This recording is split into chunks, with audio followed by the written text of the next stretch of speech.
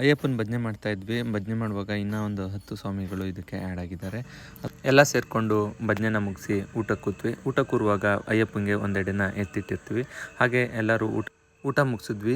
ಊಟ ಮುಗಿಸಾದ್ಮೇಲೆ ಯಾರ್ದು ಕೂಡ ಎಲೆಯಲ್ಲಿ ಒಂದು ಅಷ್ಟು ಊಟನೂ ಕೂಡ ಬಿಟ್ಟಿರಲಿಲ್ಲ. ಅದಂತೂ ನೋಡೋಕ್ಕೆ ತುಂಬ ಖುಷಿಯಾಗುತ್ತೆ. ಅದಾದಮೇಲೆ ಬೆಳಗ್ಗೆ ಎದ್ದು ತಣ್ಣೀರಲ್ಲಿ ಸ್ನಾನ ಮುಗಿಸಿ ಅಯ್ಯಪ್ಪಂದು ಭಜನೆ ಮುಗಿಸಿ ಅದಾದಮೇಲೆ ಒಂದಷ್ಟು ಚಳಿ ಕಾಸ್ಕೊಂಡು ನಾವು ಹೊರಟಿದ್ದೆ ಜಮೀನ್ ಕಡೆ. ಇವತ್ತು ನೆನ್ನೆ ಮಾಡಿದ ಕೆಲಸದಲ್ಲಿ ಒಂದಷ್ಟು ಡೋಸ್ ಮಾಡಬೇಕಿತ್ತು. ಡೋಸ್ ಆದಮೇಲೆ ನಾವು ರ್ಯಾಂಪಲ್ಲಿ ಟ್ಯಾಕ್ಟ್ರಿಗಳನ್ನ ಇಳಿಸ್ಬೇಕಾಯಿತು. ಹಾಗೆ ಈ 4 ವೀಲ್ ಟ್ಯಾಕ್ಟ್ರಿಗಳು ತುಂಬಾ ಚೆನ್ನಾಗಿ ಮಣ್ಣು ಹೊಡಿತಾಯಿದ್ರು. ಅದಾದಮೇಲೆ ಊಟದ ಟೈಮ್ ಆಗಿತ್ತು. ಮನೆಗೆ ಹೋದ್ಮೇಲೆ ನಾವು ನಮ್ಮ ಪಟಾಕಿ ಜೊತೆ ಊಟ ಮುಗಿಸಿ ಅದಾದಮೇಲೆ ಇನ್ನೂ ಒಂದು ಸ್ವಲ್ಪ ಮಣ್ಣು ಹೊಡೆಯೋದು ಬಾಕಿ ಇತ್ತು. ಹಾಗಾಗಿ ಆ ಕೆಲಸನ ಸ್ಟಾರ್ಟ್ ಮಾಡ್ಕೊಂಡ್ವಿ.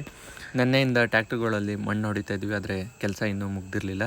ಆದರೆ ನಾವು ಟೆಂಪಲ್ ಹತ್ರ ಹೋಗಲೇಬೇಕಾಗಿತ್ತು. ಹಾಗೆ ಈ ಕೆಲಸನ ಇಲ್ಲಿಗೆ ನಿಲ್ಲಿಸ್ಬಿಟ್ಟು ನಾವು ಟೆಂಪಲ್ ಕಡೆ ಬಂದ್ವಿ.